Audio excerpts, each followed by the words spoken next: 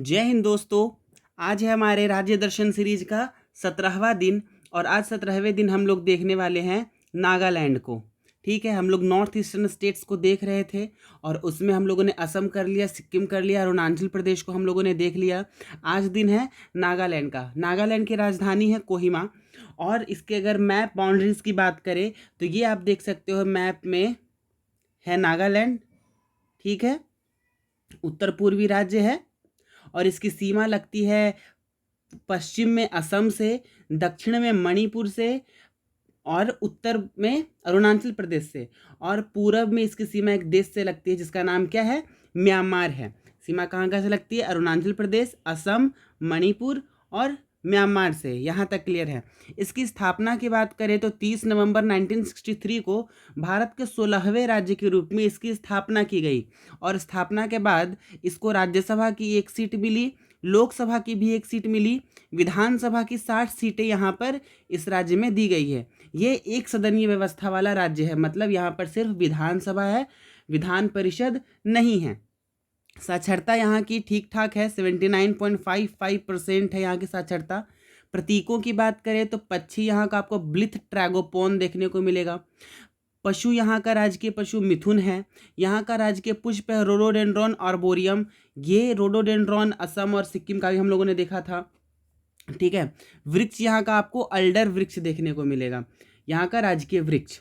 ठीक है, आगे बढ़ते हैं और आगे बढ़ते क्रम में अगर हम लोग जिलों की बात करें तो यहाँ पर आपको कितने जिले देखने को मिलेंगे? 16 जिले। ठीक है, 16वां राज्य भी था भारत का यह नागालैंड और 16 जिले भी यहाँ पर हैं। यहाँ के नृत्य की बात करें तो आपको बांस डांस, बम्बू डांस देखने को मिलेगा। आलू यट्टू डांस आपको यहाँ देख कर लोगों के द्वारा किया जाता हुआ देखने को मिलेगा। सदल केकाई डांस, रेंगमा डांस, खम्बा लीम और चंगी नृत्य। अगर इनमें सबसे महत्वपूर्ण की बात करूं तो इसमें सबसे महत्वपूर्ण है रेंगमा और खम्बा लिम। ये दो याद होने चाहिए, रेंगमा डांस नागालैंड और खम्बा लिम डांस नागालैंड। ठीक है, त्यौहार यहाँ हॉर्नबिल त्यौहार मनाया जाता है, मिमकुट फेस्टिवल मनाया जाता है। देखो, मिमकुट फेस्टिवल मणिपुर में भी मनाया जाता है और मिमकुट फेस्टिवल नागालैंड में भी मनाया जाता है। ठीक है, मतलब ये जो नागालैंड का दक्षिणी एरिया है ना और मणिपुर का उत्तरी एरिया, ये चूँकि कल्चर शेयर करेगा। मैंने बताया था कि बाउंड्रीज के आसपास का एरिया जो होता है वो आपस में कल्चर शेयर करता है। ठीक, तो नागालैंड का दक्षिणी इलाका और मणिपुर का उत्तरी इलाका, ये जो एरिया है वहीं पे मिमकुट त्यौहार मनाया जाता है। तो मिमकुट नागालैंड में भी और मणिपुर में भी। महोत्सव त्यौहार आपको मनाया जाता है यहाँ नागालैंड में। ठीक है, देखो आज़ादी के वक्त ना नागालैंड असम में मिला हुआ था। ये जो असम की आप सीमा देख रहे हो इसमें ही नागालैंड मिला हुआ था। ठीक है, 1881 में ब्रिटिश इंडिया मतलब ब्रिटिशर्स ने उत्तर पूर्वी राज्यों की तरफ अपना रुझान दिखाया और 1881 में नागालैंड ब्रिटिश शासन के अधीन आया, ब्रिटिश भारत का हिस्सा बना नागालैंड। ठीक है, और उसके बाद फिर उसके बाद 1947 में हमारा देश आज़ाद हुआ, 1947। उसके साथ आज़ादी के बाद, आज़ादी के 10 साल के बाद यानी कि 1957 ईस्वी में ये जो नागा हिल का जो रीजन है, ये जो नागालैंड का जो एरिया है वो नागा हिल का रीजन कहलाता था। और ये तुएनसांग फ्रंटियर, जो तुएनसांग का जो सीमावर्ती इलाका है, इसको भारत का एक अभिन्न अंग बना दिया गया। ऐसा कहा गया कि अब ये इंडिया से डायरेक्टली एडमिनिस्ट्रेशन इसका चलेगा। ठीक, फिर आगे बढ़ते हुए 1962 में इसको भारत का एक अंग बनाया गया, प्रॉपर स्टेट के रूप में बनाए जाने की बात उठी। ठीक है, और तब जाकर के 1963 को नागालैंड को 30 नवंबर 1963 को नागालैंड को भारत का 16वां राज्य बना दिया गया। ऐसे बना हमारा ऐसे मतलब मिला हमारा हमें नागालैंड। ठीक है, नदियों की बात करें तो यहाँ आपको धनसिरी नदी, दीखू नदी, दोयंग नदी, कुशियारा नदी और तिजू नदी, ये इतनी सारी नदियाँ आपको देखने को मिलेगी। सबसे महत्वपूर्ण है धनसिरी जो कि ब्रह्मपुत्र के सहायक है और दोयंग नदी, ये दो नदियाँ बहुत महत्वपूर्ण हैं, नागालैंड में बहती हैं।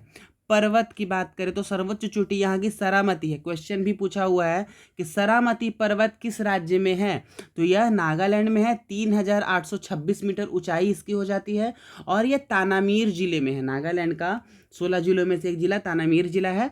यहाँ पर कुछ आपको ये देखने को मिलेगा, इस यहाँ पे मैं जो मार्क कर रहा हूँ इस लोकेशन के पास पास आपको सरामती पर्वत देखने को मिलेगा। ठीक है, तानामीर जिले में। नागा हिल्स, जाहिर सी बात है नागा हिल्स के ही नाम से इस पूरे राज्य का नाम नागालैंड पड़ा।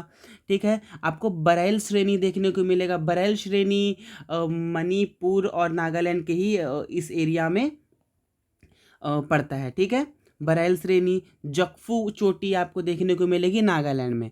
घाटी में एक घाटी है जुबा घाटी, दिखू घाटी और जुकू घाटी। ये 3 घाटियाँ आप याद रखोगे। जुबा घाटी कहाँ है, नागालैंड में। दिखू, चूँकि पर्वतीय इलाका है जाहिर सी बात है, और पर्वत कंसिस्टेंट नहीं है, बीच बीच में रास्ता बना हुआ है, नदियों के द्वारा रास्ता बना हुआ है। ठीक है, या फिर नेचुरली भी 2 पर्वतों के बीच में डिस्टेंस है वहाँ, तो घाटियाँ भी बनती हैं। ठीक है, तो उसी घाटियों में से महत्वपूर्ण है जुबा घाटी, दिखू घाटी और जुकू घाटी। ठीक, भाषाएं बोली जाती हैं यहाँ अंग्रेजी और नागा, यहाँ की ऑफिशियल भाषा अंग्रेजी नागा है। एक भाषा आप याद रखोगे, क्रियोल भाषा भी यहाँ बोली जाती है। कहाँ, नागालैंड में। नागालैंड में आपको दोयंग जल विद्युत परियोजना मिलेगा, दोयंग नदी पर मिलेगा। किस जिले में, वोखा जिले में। और ये 2000 ईस्वी में इसकी शुरुआत की गई थी। किसकी, दोयंग जल विद्युत परियोजना, दोयंग नदी पर। आगे बढ़ते हैं, जलप्रपात की बात करें तो आपको फेक जलप्रपात मिलेगा, मतलब झूठा जलप्रपात। ट्रिपल फॉल्स, ये एग्जाम में पूछा हुआ क्वेश्चन है, इंपॉर्टेंट भी है। ट्रिपल फॉल्स नागालैंड के दीमापुर जिले में आपको देखने को मिलेगा। मैं आपको ट्रिपल फॉल्स की इमेज दिखाऊं, एक सेकेंड।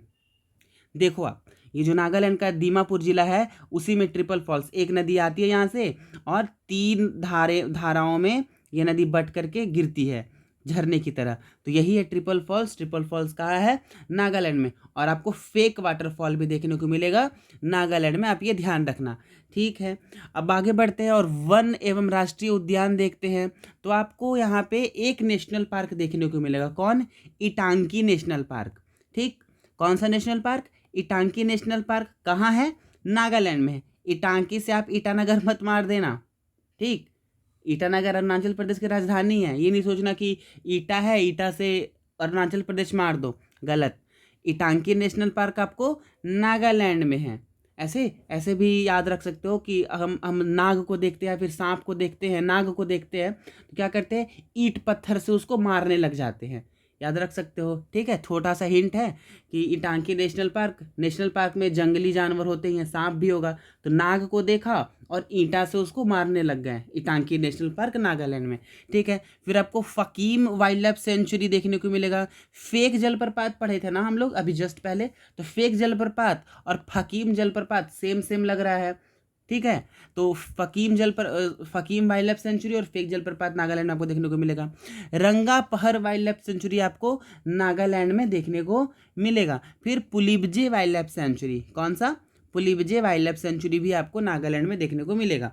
जनजातियों की बात करें तो आप सबसे महत्वपूर्ण है अंगामी, कोन्याक जनजाति, जिलियांग जनजाति, रेंगमा तो पहाड़ी भी है नागालैंड में। ठीक है, और नागा जो जनजाति है वो 3 पार्ट्स में बटी हुई है।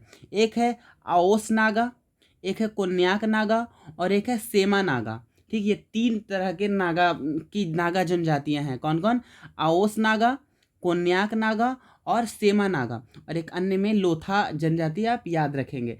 अंगामी, कोन्याक, जिलियांग, रेंगमा और लोथा। और नागा में कौन कौन, आओस नागा, एओस नागा, कोन्याक नागा और सेमा नागा। ये इतनी सारी जनजातियां आपको नागालैंड में देखने को मिलेगी।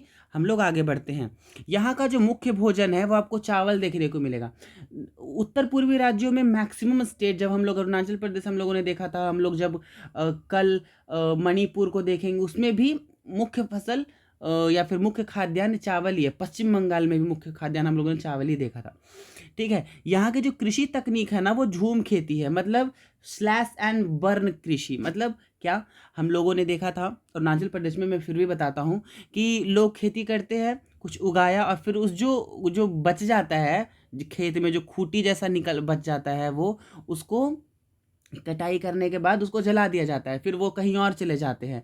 उसके बाद कुछ समय के बाद जब वो गल जाता है बारिश की वजह से, फिर ह्यूमस बन जाता है और वो खेती करने लायक वो ज़मीन फिर से बन जाती है, फिर उसमें खेती करते हैं। तो मतलब घुमंतू या स्थानांतरित कृषि भी कहते हैं उसको, ठीक है। और जो कि नागालैंड में ऐसी खेती की जाती है।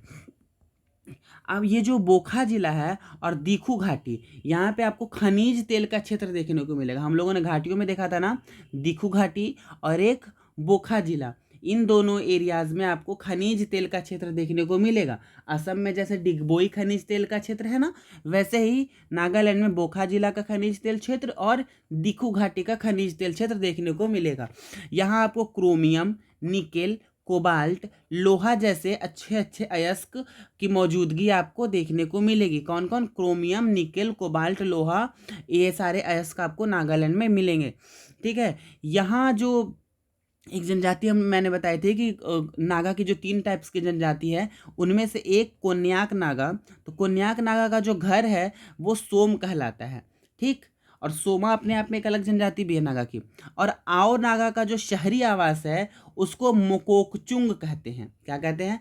आओस नागा का जो शहरी आवास है उसको मोकोकचुंग कहते हैं, ठीक।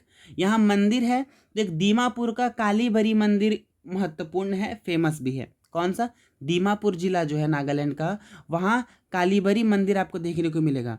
और एशिया का सबसे बड़ा चर्च कहाँ है? नागालैंड में है, ऐसा माना जाता है। नागालैंड की 80 to 90% पॉपुलेशन क्रिश्चियनिटी को ही फॉलो करती है, आप ध्यान रखेंगे। यहाँ का एक मिर्च है, उसका नाम है भूत झोलकिया मिर्च। इसको संसार की सबसे तीखी मिर्ची का दर्जा मिला हुआ है और नागालैंड का ये प्रोडक्ट को जीआई टैग भी मिला हुआ है। जीआई टैग मतलब ज्योग्राफिकल इंडिकेशन, जिसको 10 सालों के लिए उस प्रोडक्ट को उत्पादित करने की मोनोपोली दी जाती है। मतलब किसी प्रोडक्ट को किसी स्थान के लिए जीआई टैग कर दिया जाता है ना, तो फिर उस प्रोडक्ट को किसी और जगह पे नहीं आप बना सकते हैं। जैसे दार्जिलिंग की चाय या फिर नागालैंड का भूत झोलकिया मिर्च, इसको आप कहीं और नहीं उगा सकते हैं भूत झोलकिया मिर्च के नाम से। ये वो वहीं उगेगा नागालैंड में ही, ठीक है। इसीलिए दिया जाता है और ये 10 साल के लिए दिया जाता है। यहाँ की पर्सनैलिटी, अच्छा ये पर्सनैलिटी नागालैंड की नहीं है। देखो नागालैंड, असम, मणिपुर ये एरिया मिला हुआ था कभी, ठीक। वो तो आज़ादी के बाद 1963 में ना प्रॉपर नागालैंड को अपना ये स्टेटहुड का वो दर्जा मिला और एक स्पेशल उसकी बाउंड्रीज बनी, पहले तो नहीं थी। तो उस एरिया में ना एक आज़ादी के ही समय में 1942 के समय में एक रानी थी, लड़की थी, 13 साल 14 साल की लड़की थी, रानी गाइडिनल्यू, ठीक है। वो मणिपुर की है बेसिकली। अभी वो एरिया मणिपुर में आता है, लेकिन उस समय पे वो एरिया नागा हिल्स का एरिया कहलाता था, ठीक है। तो वो उन्होंने आज़ादी की लड़ाई में पार्टिसिपेट किया, उनको जेल भी हुई थी। इसीलिए उनको नागालैंड की लक्ष्मीबाई कहा जाता है, ठीक है। थी वो बेसिकली मणिपुर की, ठीक है। लेकिन चूंकि नागा हिल्स का एरिया उस एरिया में रहती थी, तो उनको नागालैंड की लक्ष्मीबाई कहा जाता था। और ये फ्रीडम फाइटर हैं। इनको रानी को उपाधि किन्होंने दी? जवाहरलाल नेहरू ने दी, ठीक है। जेल में ही वो उनसे मिलने गए थे और उनको रानी की उपाधि दी थी उन्होंने। तो ये थोड़ी बहुत जानकारी थी नागालैंड के बारे में। और आगे हम लोग आगे और स्टेट्स को देखेंगे। अभी हम लोग का आई थिंक 17 हुआ है ना, 17वां दिन है, तो हम लोगों का 10 स्टेट और बाकी है दोस्तों, हम वो भी कवर कर लेंगे, ठीक है। आप पढ़ते रहिए मन लगा करके। अगर आपने वीडियो देख लिया यहाँ तक तो आप धन्यवाद के पात्र हैं, जाहिर सी बात है। और अगर आपको मेरे पढ़ाने का तरीका थोड़ा बहुत अच्छा लगता है तो प्लीज़ मेरे चैनल को सब्सक्राइब कीजिए, share with your friends and अगर कोई क्वेरी है तो आप इसमें मेरे कमेंट बॉक्स में डाल सकते हैं, ठीक है। हाँ, पीडीएफ मैं रोज़ अपलोड करता हूँ अपने टेलीग्राम चैनल पे। अगर आपको पीडीएफ चाहिए तो आप मेरे टेलीग्राम चैनल पे जा करके पीडीएफ डाउनलोड कर सकते हैं और मज़े से पढ़ सकते हैं, ठीक है। वो भी फ्री ऑफ कॉस्ट, पीडीएफ का कोई चार्ज नहीं है दोस्तों। तो आप बस पढ़िए, क्योंकि मेरा मकसद ही है कि जो भी मेरे पास थोड़ी बहुत नॉलेज है मैं वो आपके साथ शेयर कर सकूँ, ठीक है। Thank you very much.